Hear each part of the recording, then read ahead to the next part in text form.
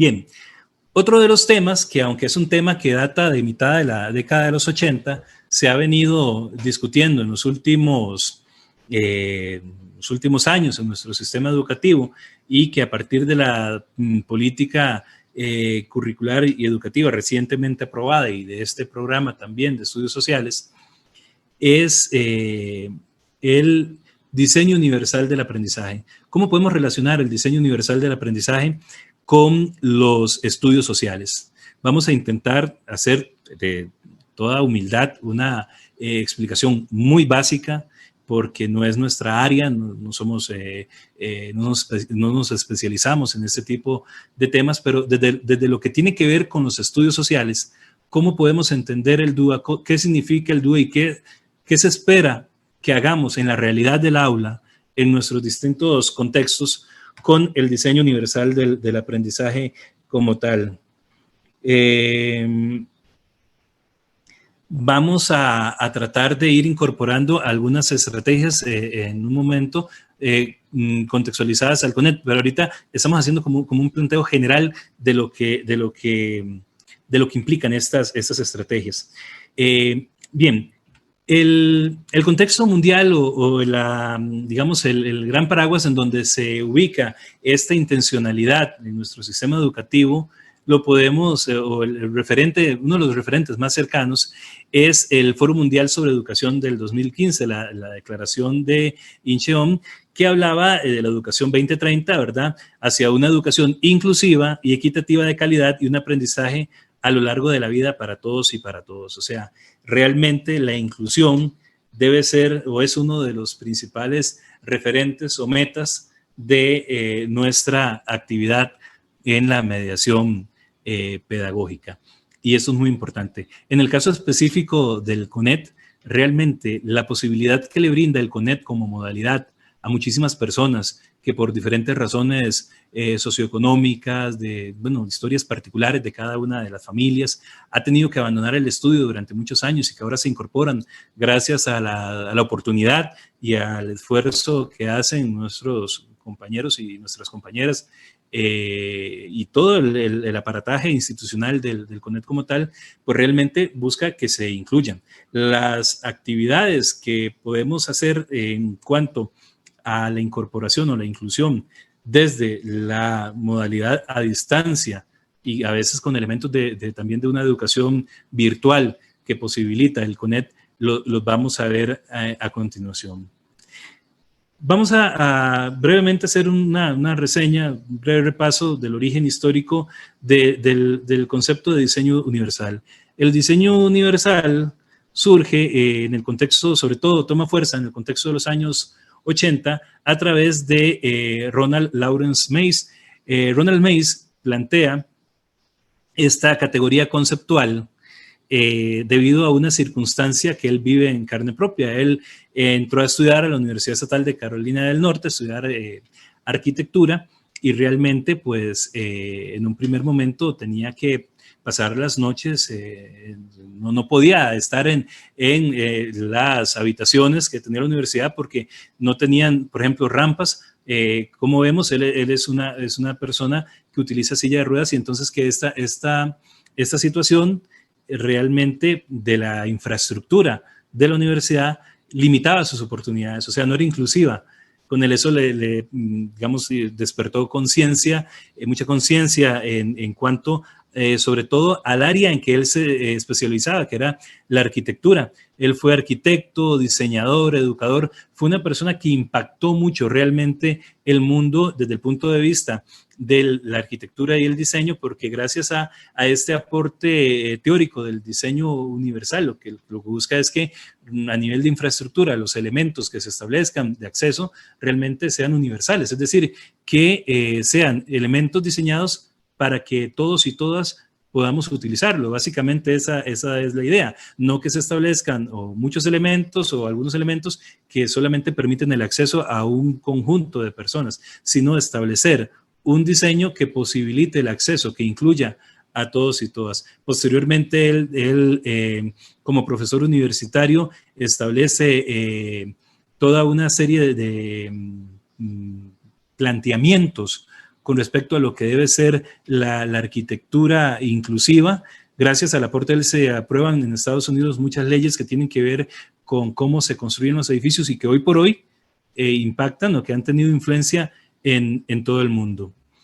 Pero en el ámbito de la educación, específicamente, es en la década de los 80 y en el Centro de Tecnología Especial Aplicada, en el CATS, en que este grupo de científicos, Skip Stahl, Ann Meyer, David Rose, Grias Mayo, que vienen de diferentes áreas, desde la educación especial, la psicología, la neuropsicología, la educación desde luego, tratan de tomar este concepto de diseño universal y llevarlo al área del aprendizaje. Ellos estaban trabajando, realizando investigaciones con diferentes apoyos técnicos en hospitales en Boston, por ejemplo, y llegaban a la conclusión de que muchos de los apoyos técnicos, de las ayudas técnicas que ellos construían, pues de repente pues servían o eran útiles para un grupo determinado, pero tal vez para otro no, y realmente buscaron cómo resolver en el ámbito de la educación, del aprendizaje, esta situación. Es a partir de este Centro de Tecnología Especial Aplicada que surge el diseño universal del aprendizaje, que es el que hoy pues permea muchos programas de educación, muchos currículos a nivel de prácticamente todo el mundo. Los fundamentos teóricos del DUA se basan en el aporte, lógicamente, en los últimos años de la neurociencia, la comprensión de cómo aprendemos, cómo funciona nuestro cerebro, esa plasticidad, esa complejidad, esa interacción que caracteriza nuestra manera de aprender. Lógicamente, asume muchos postulados de las teorías del aprendizaje, de Vygotsky, de Piaget, de Brunner, etcétera, etcétera. De la teoría del aprendizaje asume a la diversidad, de la forma de construir, las teorías relacionadas con el andamiaje. Otro de los elementos fundamentales son las tecnologías. Las tecnologías de la información y la comunicación posibilitan hoy por hoy que se representen de alguna forma los saberes, los conocimientos, de manera diversa, tomando en cuenta aspectos que tienen que ver con lo auditivo, con lo visual, con lo kinestésico, o sea, que incorporan diferentes maneras de representación, que de eso va mucho el diseño, de eso va el diseño universal del aprendizaje. Y la otra gran ciencia, de verdad, los aportes que desde la educación, que es el área en donde se busca aplicar esto. Bien, básicamente se habla de que nuestro cerebro, pues, a modo de entender su funcionamiento, tiene diferentes redes que tienen que ver con la forma en que nosotros construimos el aprendizaje y nos implicamos. Paul MacLean habla de 3 cerebros dentro del aula, ¿verdad? Que hay un cerebro, pues, que él denomina humano, que tiene que ver con procesos como el razonamiento abstracto, el lenguaje, la lectoescritura, pero que también hay un cerebro emocional que tiene que ver con elementos de la motivación, de la cooperación, del apoyo mutuo, de la empatía, de la solidaridad, de las emociones. Nos hemos encontrado en diferentes momentos en que nuestros estudiantes de repente están más motivados hacia ciertas temáticas o incluso hacia ciertos profesores, ciertas instituciones, ciertos contextos, aunque realmente el abordaje de los temas sea lo mismo. Y un cerebro que él denomina reptiliano, que tiene que ver con los ciclos de atención, la actividad física, el sueño, etc. Básicamente la idea tiene que ver con estas redes del reconocimiento, el qué del aprendizaje en un primer momento, ¿verdad? Estas redes buscan cómo entender la manera en que se recaba la información, la manera en que se categoriza esa información, lo que oímos, lo que leemos, los diferentes estilos en cuanto a la manera en que escuchamos una canción, vemos un video, etcétera. O sea, realmente del qué del aprendizaje. Otra de las redes es el cómo del aprendizaje, que tiene que ver con el elemento de planificación y ejecución de las tareas.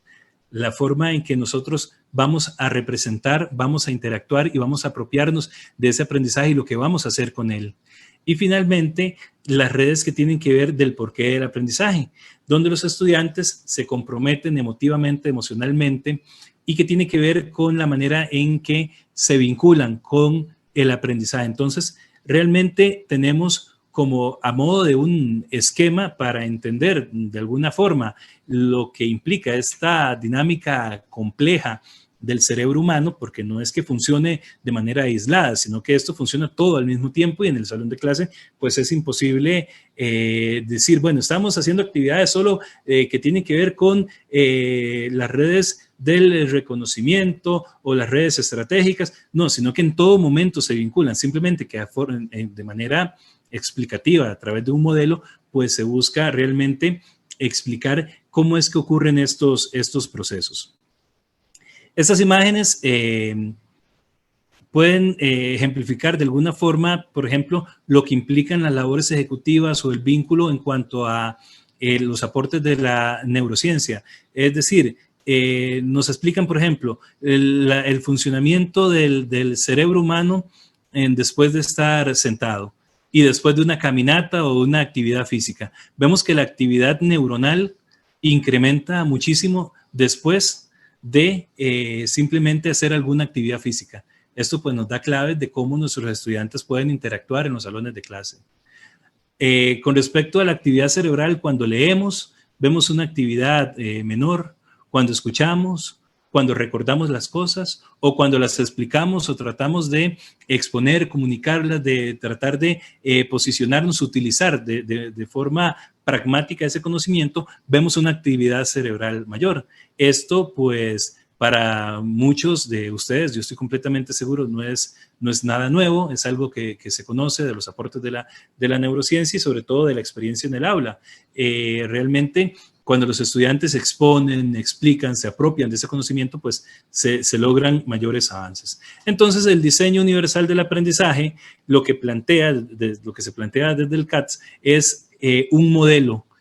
para, de alguna forma, orientar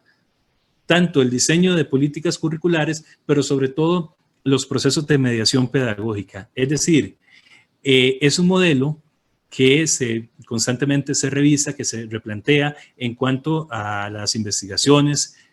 porque se parte de que el acto educativo está en proceso constante de cambio, de mejora, de investigación, de reacomodos, de construir, de deconstruir un conjunto de estrategias como tal. Entonces, se parte de este modelo que busca,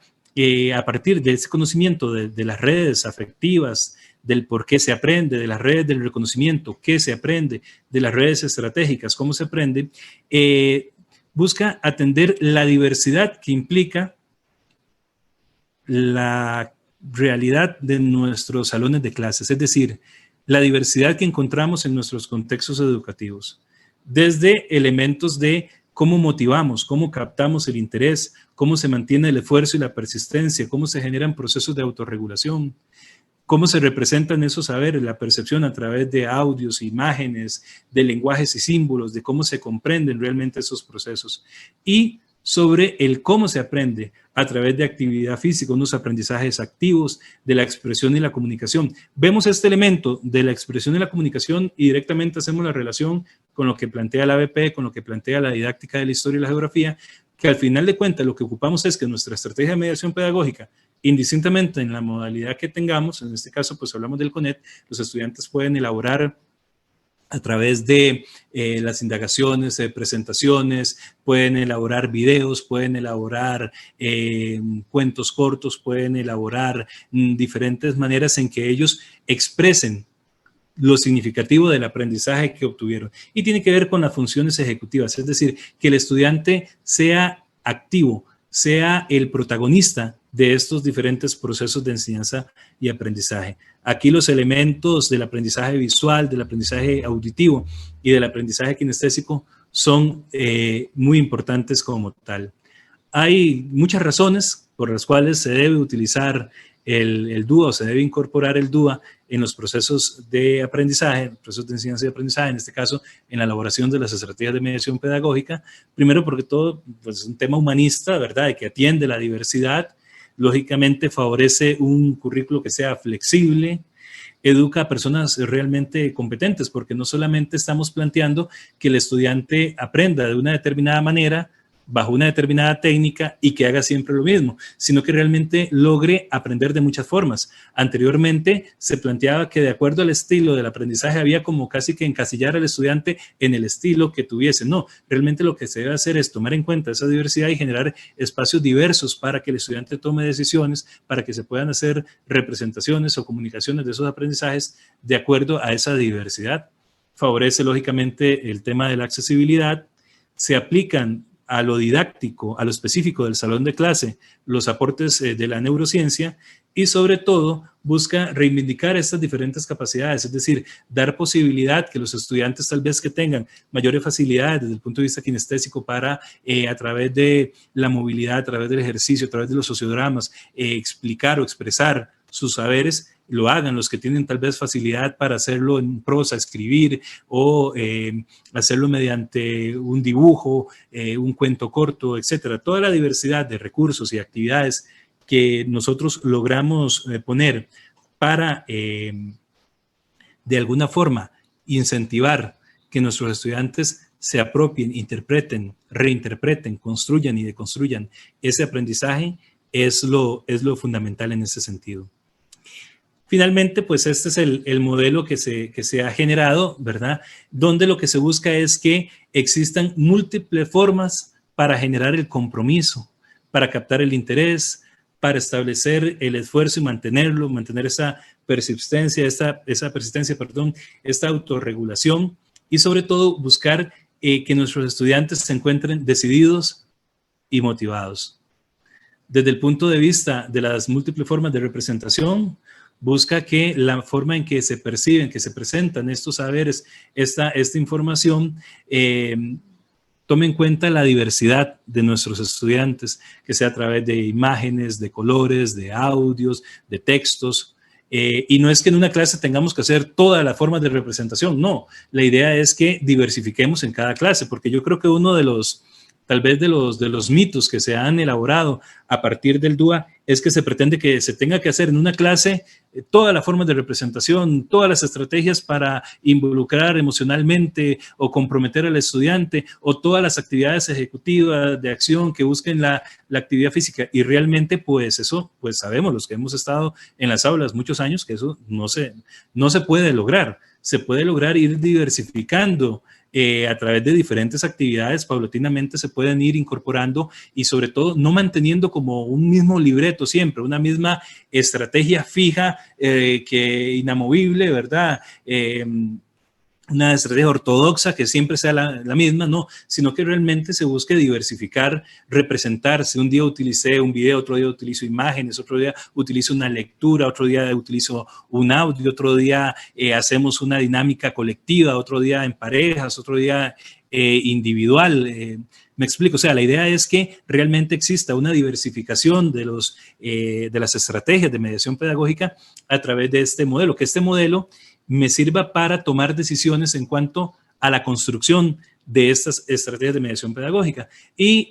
diferentes múltiples formas de acción y representación a través de las actividades físicas, de la expresión y la comunicación y sobre todo de las funciones ejecutivas. Que el estudiante sepa que con ese saber, con ese conocimiento, puede realmente hacer algo que sea, que le permita transformar su realidad, que lo permita transformarse a él, ser una persona diferente a partir de lo que ha aprendido en ese proceso educativo como tal. Nosotros hicimos en Huellas, que es el podcast que hacemos con la intención de colaborar en el proceso de difusión científico, académico de los estudios sociales, hicimos hace poco un programa con el doctor Mario Segura Castillo, que él sí es un experto, no como yo, sí es un experto en el tema del DUA, él es asesor nacional en apoyos educativos. Ustedes pueden escuchar este podcast, lo hemos compartido y lo vamos a estar compartiendo también con las compañeras y los compañeros del CONET. Como de mi parte, pues agradecerle mucho a Paola, a Marlene, a los compañeros que hicieron posible esta videoconferencia y quedo a sus órdenes para las preguntas que tengan a bien hacer. Muchísimas gracias.